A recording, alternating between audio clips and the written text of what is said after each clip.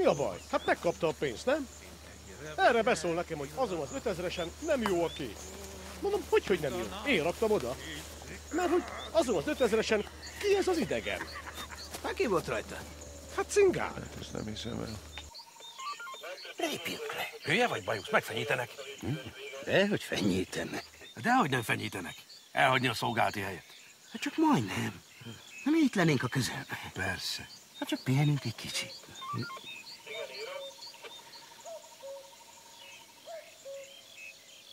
Mondom a csákolat, nem mindenki van azon a képen. Úgyis mongolokkal üzletet, azok azt se tudják, mi az a forint.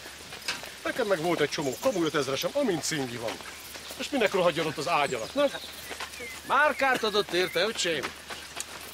260 000 hamis forintért ideadott nékem 80 márkát.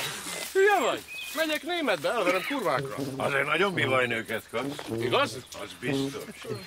Hogy váltják most a makét? Jó. Mit rögtök? Márka! Német, Deutschmark! Megszűnt, te hülye! Hát mikor megszűnt? Mi? Ezt a fasz, te nem nézel tévét? Nem.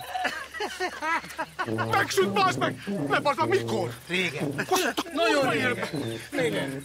Várjatok, van egy haver. Nincs tévéje.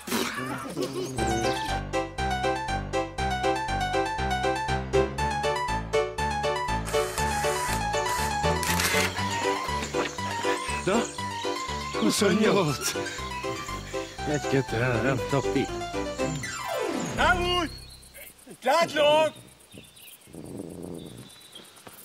Faszom ki van, kétszer annyit jöttünk. Megszűnt? A barátom, nem tudtam. Na ez az! Ez nem az még, várjál, gyere vissza, nem jó, hát ez csak 9 hely. Ez 11.